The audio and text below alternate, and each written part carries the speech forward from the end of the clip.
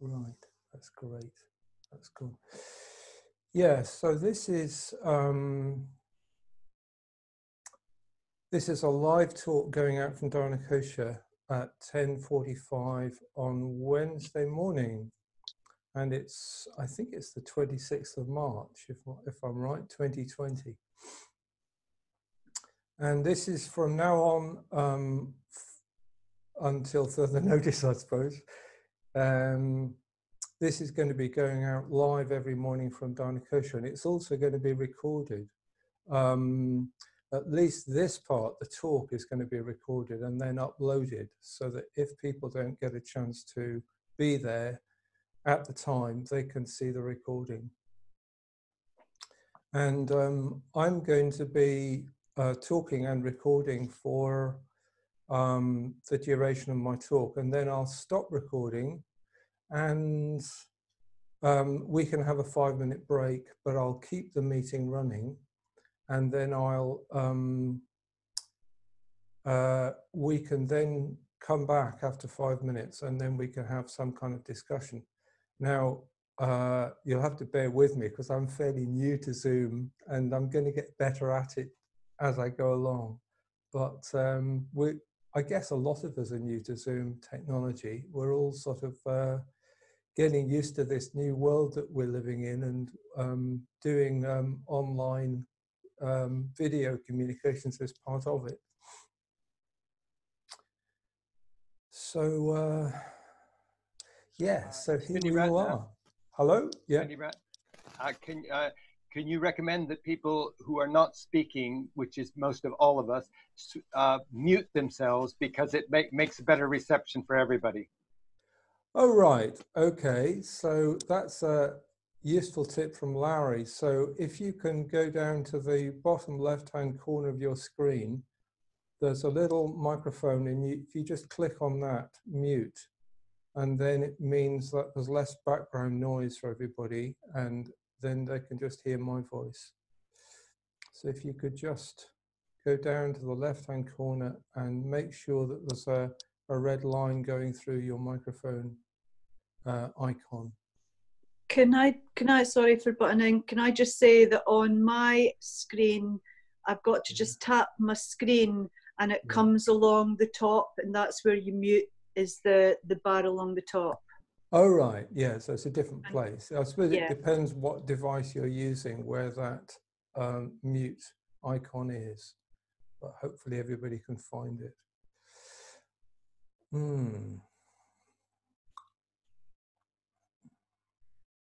So how's that sounding?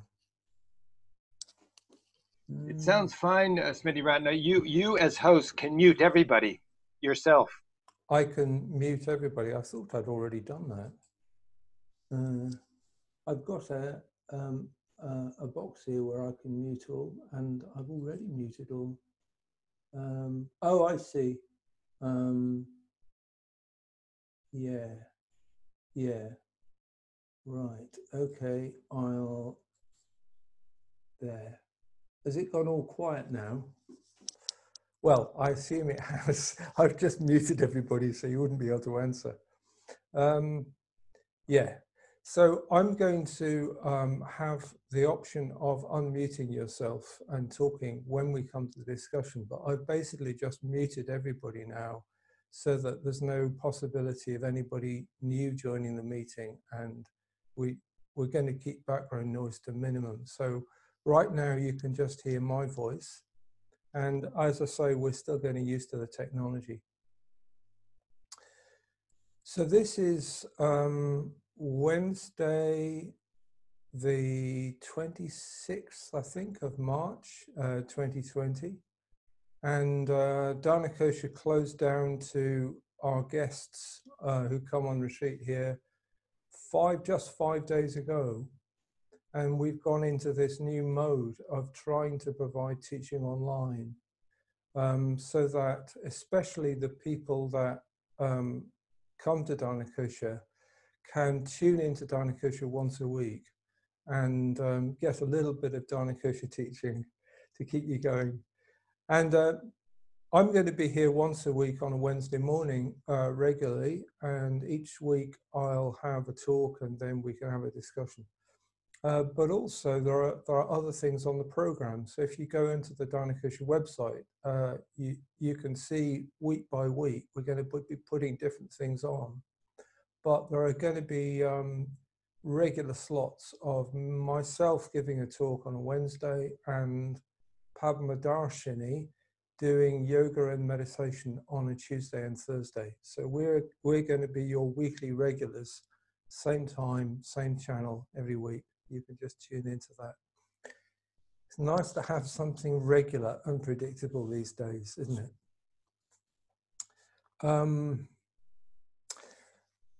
So I'm, in case anybody's new to Dharma and doesn't know me, I'm Smritiratna, and I've been living in the Glen here for, what is it now, 24 years. And I actually live in a little woodland cabin down the road and cycle down the road and come to Dharma every day. And just to let you know, as I was cycling down the road today, I got off my bike and stood and watched 3 swans who are over on the other side of the loch. And it's a drizzly, sort of drizzly day here, what they call in Ireland a fine, soft day. And it's very gentle and very quiet. There's hardly anybody about. In fact, cycling down the road today, there was just me and the swans and a few birds. But the Loch Foyle is like really wide and bright and spacious and serene, and the swans weren't doing anything in particular. They're just hanging out together on the other side of the loch. And I thought you might like to know that. It's all going on. Nature is all going on all around us.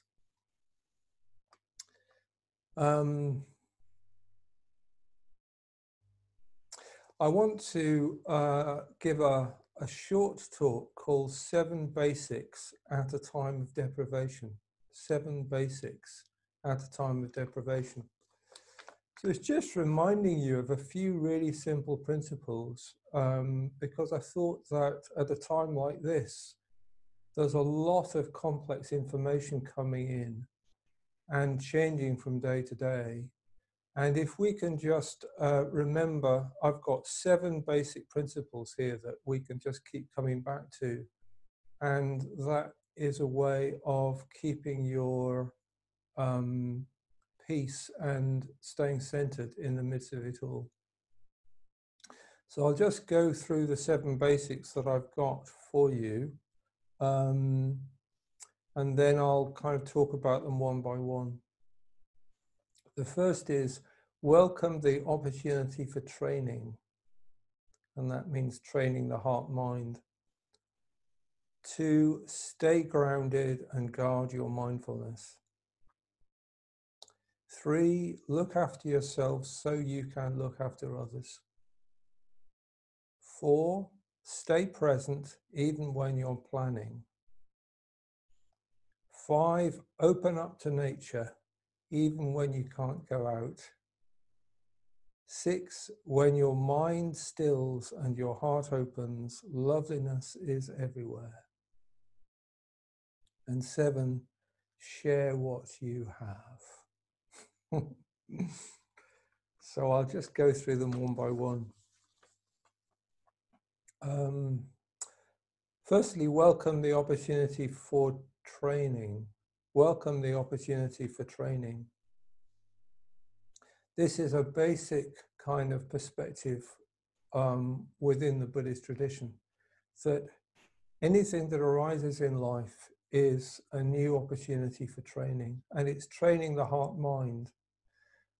Training the heart-mind so that it becomes just a little bit more like a Buddha, and it's incremental. So it's a hard thing to be a human being, even when times are peaceful and prosperous and everything's working. It's hard. But if we can just take each day and each hour and each minute as it arises, and just take it as an opportunity for training, then little by little we can just get better and better at being a human being, and better at responding to whatever is arising. And we can do it well. We can learn to do it well. So whatever is arising, no matter how difficult it is, we can learn to respond to it creatively rather than reactively. Those two words, of course, come from one of Sangharakshita's best teachings, I think. When he was interpreting the Buddha's teaching, he said that human beings have got two modes. They can be reactive or creative. And when a human being is scared, when they panic, then they tend to go into reactive mode, and they can become driven by anxiety and anger, and they can become very preoccupied with themselves. So especially when people panic, they can become quite ruthlessly selfish sometimes, and they can just narrow down onto saving their own skin and lose awareness of what is best for everybody. And even at a time like this, when, for example, there is no national food shortage, a lot of the supermarkets are finding it hard to keep their supplies because so many people are panicking and just buying more and more and more stocks. And but if we can just stay calm, and we can just find a way of calming down the heart mind, we can enter into creative mode. When people are calm and creative, then they can be empathic, they can consider the bigger picture, they can make wise choices, they can make really wise and creative choices. They can have new insights into a new situation. So for people training followers of the Buddha, training the heart mind, and just being aware of your overall mental state the whole time, and then learning how to drop out of reactive mind into creative, empathic, wise mind is the crux of it all. And everything that life presents is an opportunity for that training. Of course, it's hard. It's maybe fairly easy when you're on retreat in the country at Dharmakosha and you don't have very much to worry about. And those of you who've been on retreat, probably most of you know that it's fairly easy when you're on retreat. When you're maybe living in a city and you're worrying about money, and you're worrying about food, and you're worrying about health, and you're worrying about your loved ones, it's much harder. And we all know that. But it's still an opportunity for training, even so. I'll just wait until my iPad finishes making a reminder noise. Should have switched that off.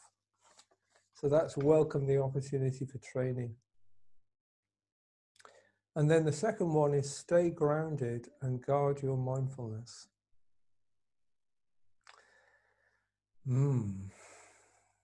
Stay grounded and guard your mindfulness.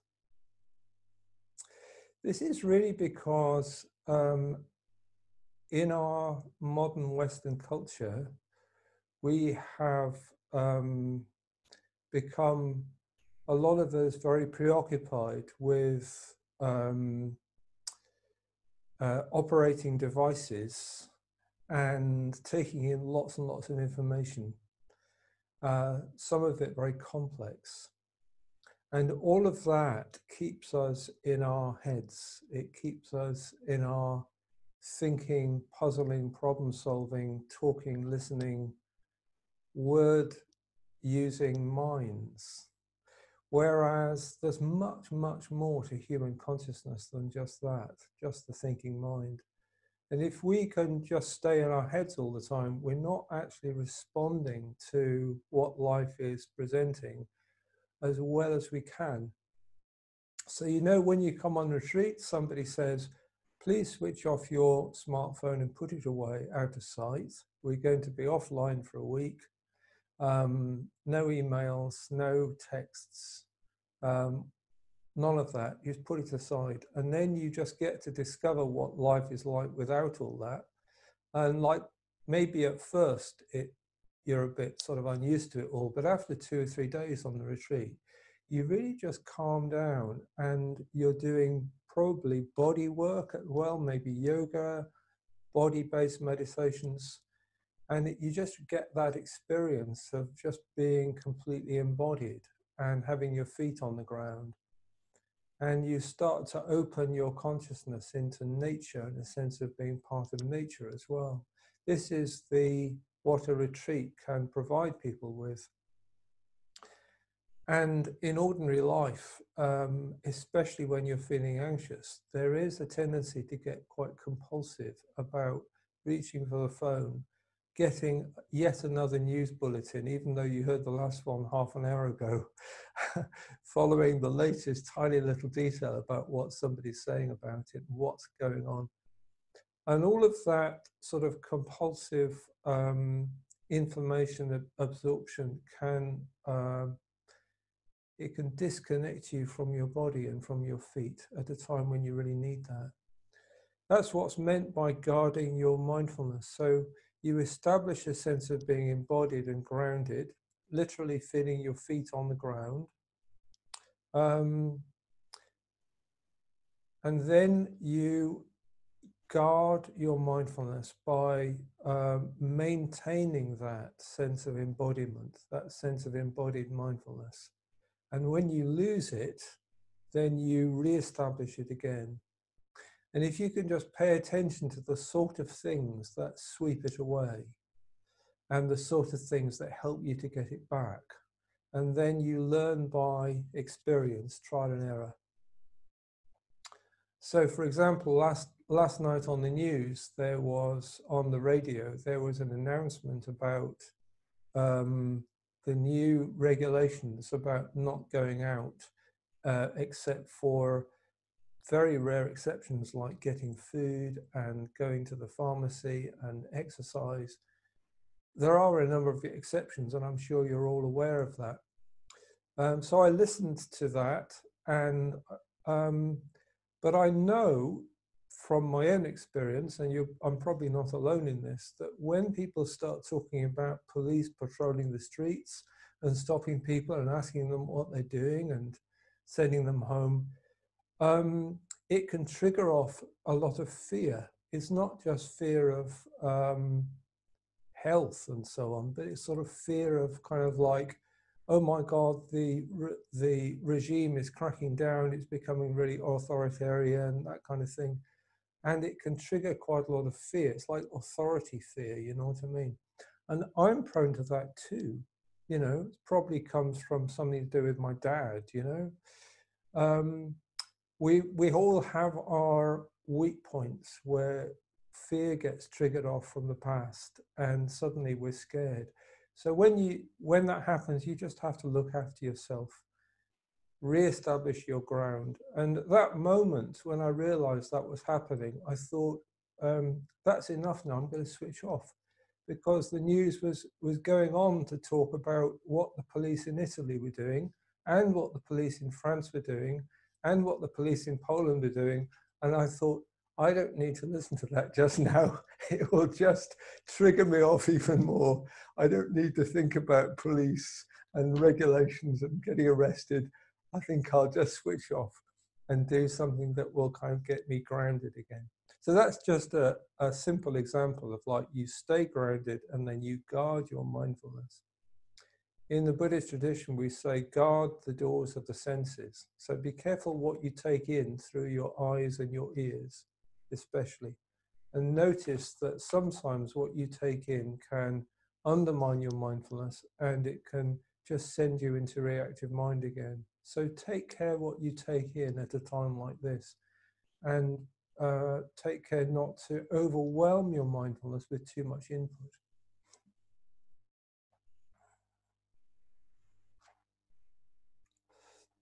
Number 3, look after yourself so you can look after others.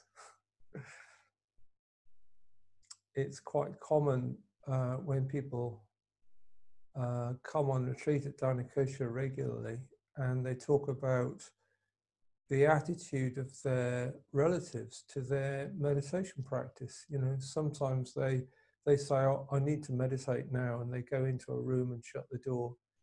And sometimes their relatives say, you're just being selfish, you know, you should be here with us looking after your family. And they don't understand that meditation is what resources you to be there for others. And if you can't meditate anymore, you won't be in a good state to be there for others. And this too is something that runs through the whole Buddhist tradition, the whole 25 centuries since the Buddha started teaching, of actually having a balance between looking after yourself and looking after others. If you only look after others and neglect your own needs, then you won't be able to do it very well, because you'll just keep on being sent into reactive mind, losing your patience, getting irritable, getting anxious, not making wise choices anymore. So looking after yourself so that you can look after others. And as your relatives get to know what a difference meditation makes, they start to realize, oh, I see, I get it. A friend of mine says that every Christmas, when the men's winter retreat is coming closer, his wife says, well, have you got your bags packed to go off on the men's winter retreat at Dharma? You know it always does you good. And when you come back, you're always a much nicer person to be with. So off you go. And it's for them, in their family, it's a yearly routine that he always goes off and spends Christmas at Dharma, and he always comes back a nicer person. And she's so used to that. She wants him to go, you know, and encourages him to go. And that's where people's relatives really get to understand how, when you look after yourself, then you can better look after others. And even if your friends and relatives don't understand that, it's for you, even for their sake, to take responsibility to look after yourself so that you can look after others, because you know it's true.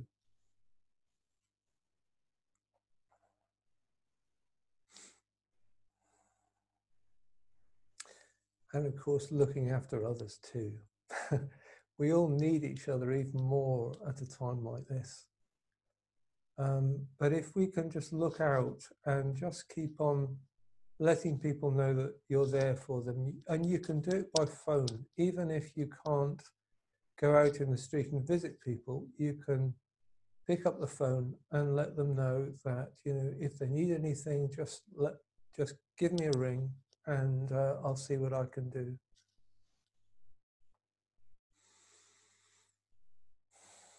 Number 4, stay present, even when you're planning.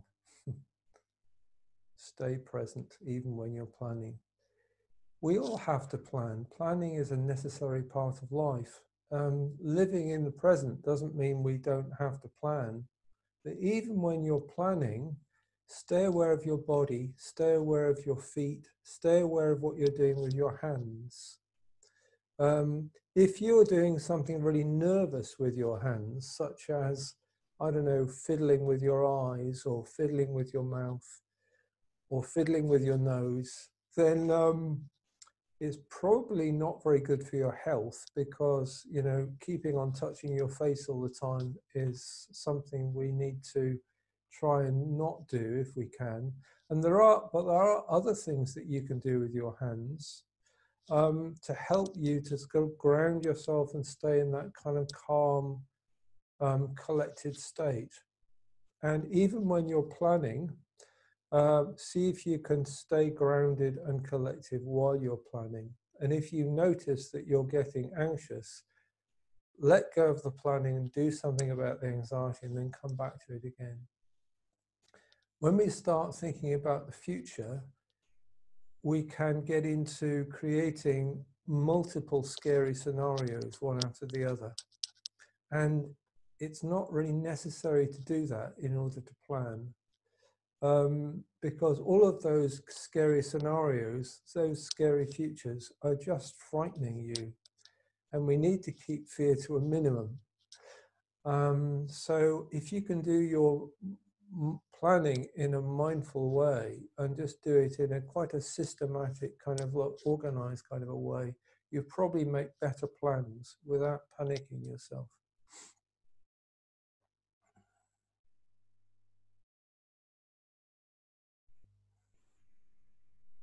Maybe on another broadcast, I'll share a few things you can do, says he, rubbing his nose, that you can do with your hands without touching your face that help you to stay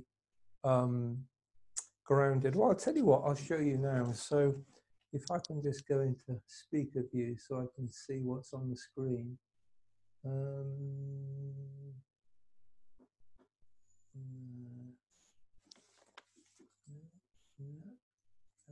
View and just getting to know this.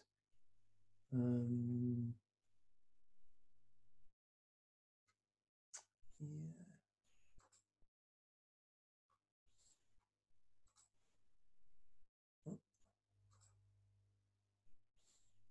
Oh well, I can't quite work the controls, but I'll come back to it.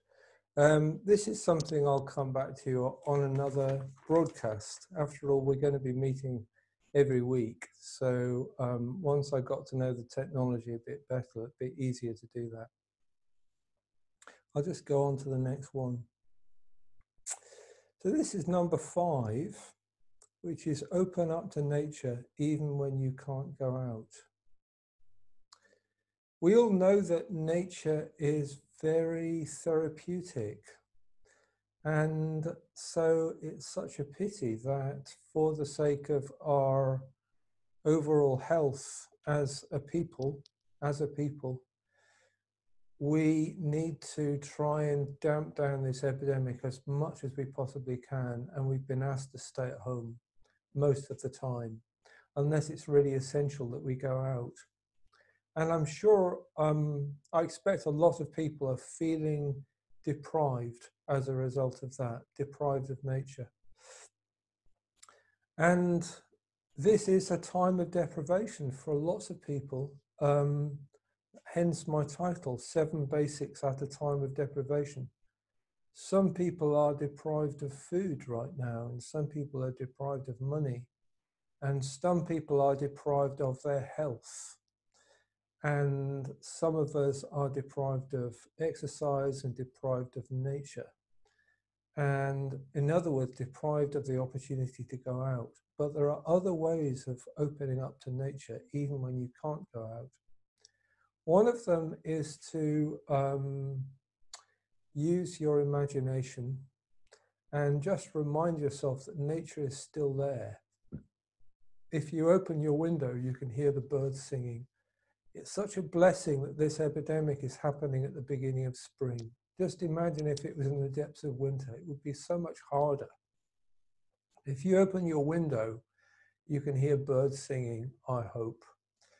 And you can just look out of your window and see the sky, and you can see the trees. And you can also, even if you are blind, you can just feel the ground underneath your feet, and you could just know that it's there. And you know that above the roof, above the ceiling, above the roof, above the clouds, there's the clear blue sky and the sun shining on a spring day. And just by using your imagination, you can just provide yourself a sense of being in the midst of nature, and then have the therapeutic benefits of that. You see what I mean? So there is a lot we can do with our minds if we learn to use that. All of us have been deprived of what we normally do, but this is an opportunity for training. And one of the things we can do is use the mind in new ways. So you can do new things with your imagination that you don't normally have to do, but at a time like this, just try them out. So right now, as you're sitting here,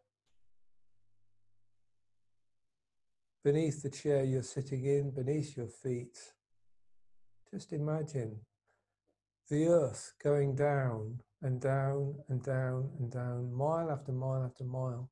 This vast, beautiful earth.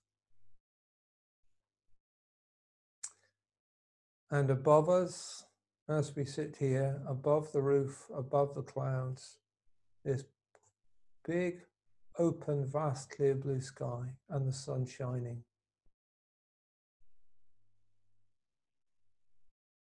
So now you're aware of sitting here on the vast earth, beneath the vast blue sky. And beyond the walls of the house that you're living in right now, beyond the walls there are the hills and the trees and the birds and the animals. And they really are there. It's not just pretend. They really are out there. And you're sitting here in the midst of it all. It's all happening around you.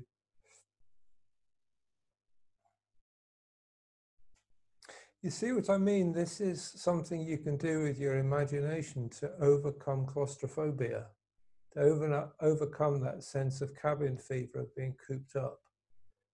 If you just keep on telling yourself, I can't go out, I can't go out, I'm cooped up, I can't stand this, I can't bear this, you're just kind of like keeping yourself locked into a vicious circle of unhelpful thinking that is just maintaining a state of anxious resentment. But if you can just drop the thoughts and just come to a sense of what you can feel, your feet, remind yourself that nature is all there and it's all around you, then you have a new emotional experience in which you are sitting in the midst of nature. And there you are. That's what I mean by opening up to nature, even if you can't go out.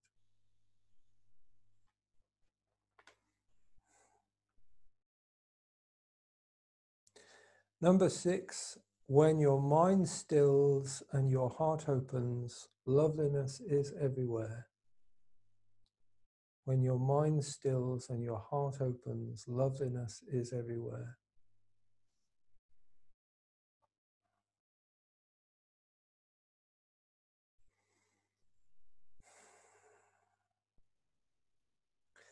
The stilling of the mind and the opening of the heart is another way of talking about dropping out of reactive mind and entering into creative mind.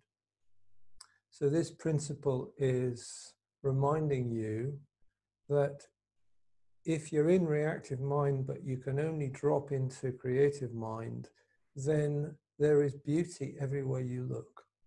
The loveliness is everywhere. And you can enter into a really appreciative mind state so that things that you used to take for granted and didn't even notice, now you start to really notice and appreciate.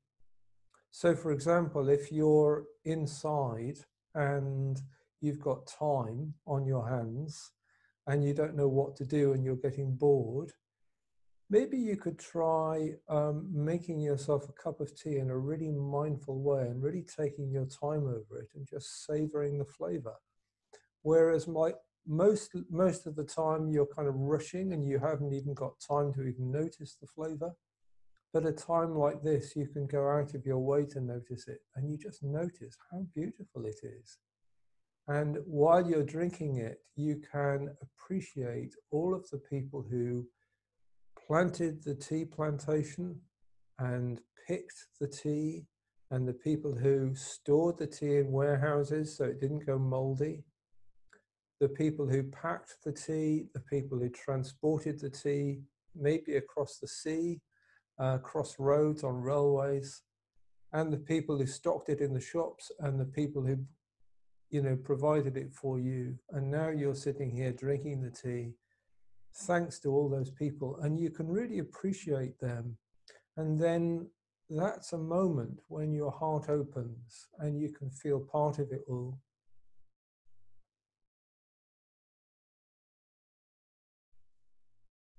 We can easily feel isolated if we are confined to our homes, because a lot of us live on our own.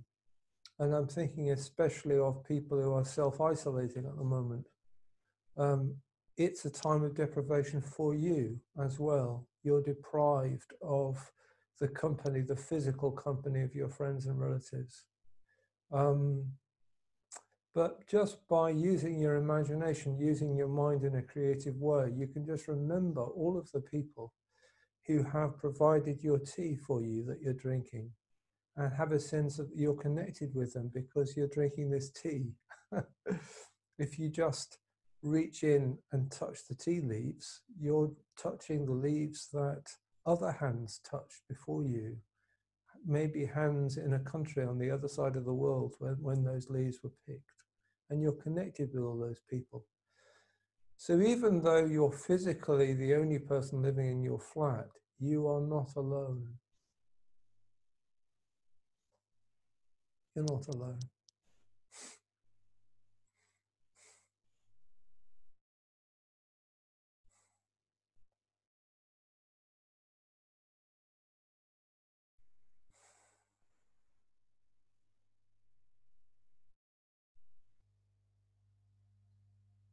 We're all here for you. We're all still here. We haven't gone away.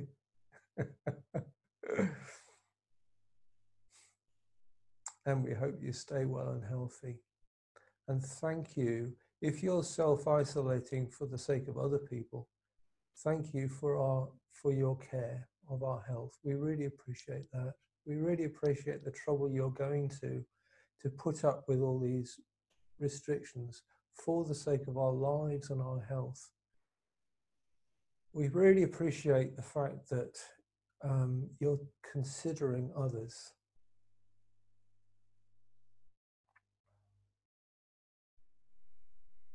So this is when your mind stills and your heart opens, loveliness is everywhere. It's true.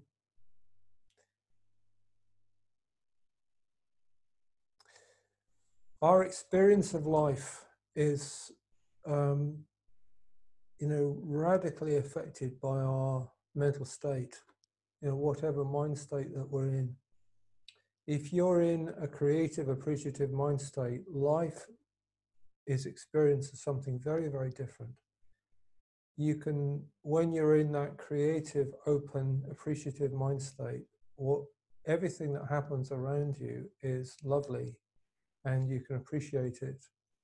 And the opportunity even to reach out and help people who are in difficulties is a lovely opportunity. The sense of connection that you have with them, the sense of satisfaction that you find from doing things for others when they really need it.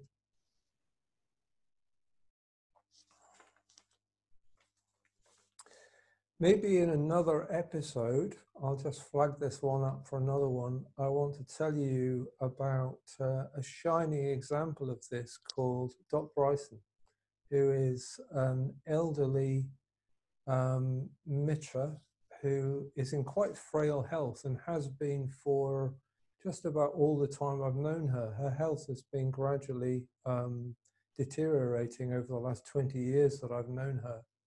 And for several years now, she has been largely housebound because of her health condition.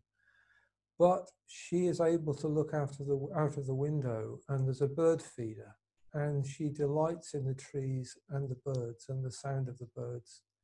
And she's really made a practice of looking out for a moment of loveliness each day and capturing it in a haiku. She's taught herself to write haiku poetry.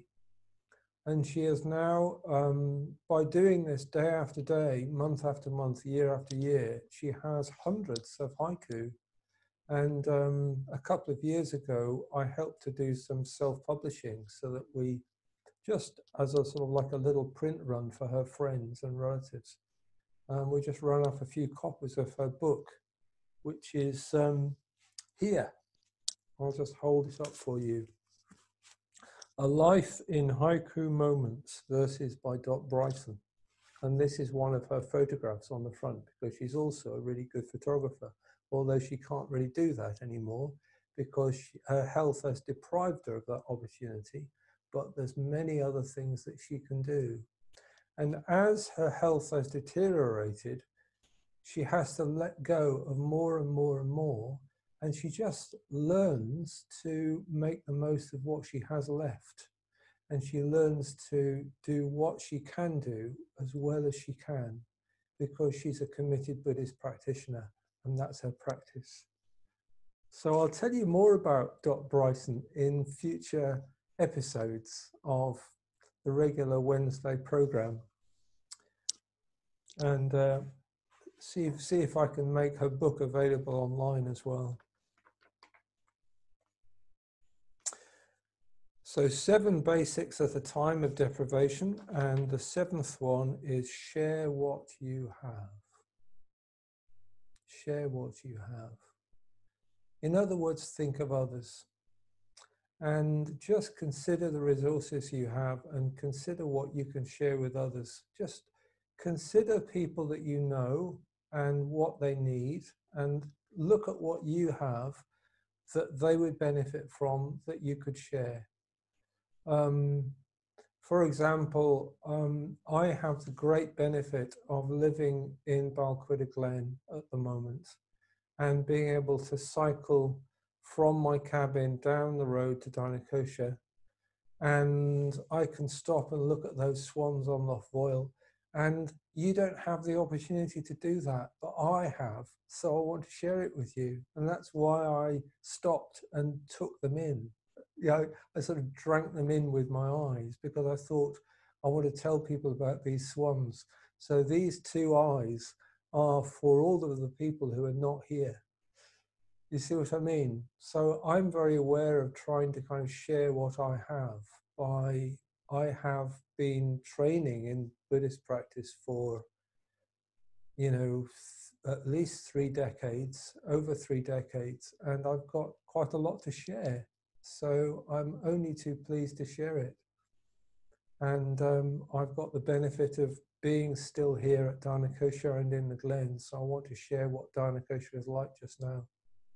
And Dharmakosha is trying to do that too. Yeah, I mean, I know the Dharmakosha community are I think they're filming their community devotional puja once a week, and we're doing what we can to share what we have with you. And if you can just look around your neighborhood and consider what you can share with your friends and relatives at a time like this. Partly because when we contract into reactive mind, it's quite a pain, it's a torment, you know, it's painful for us.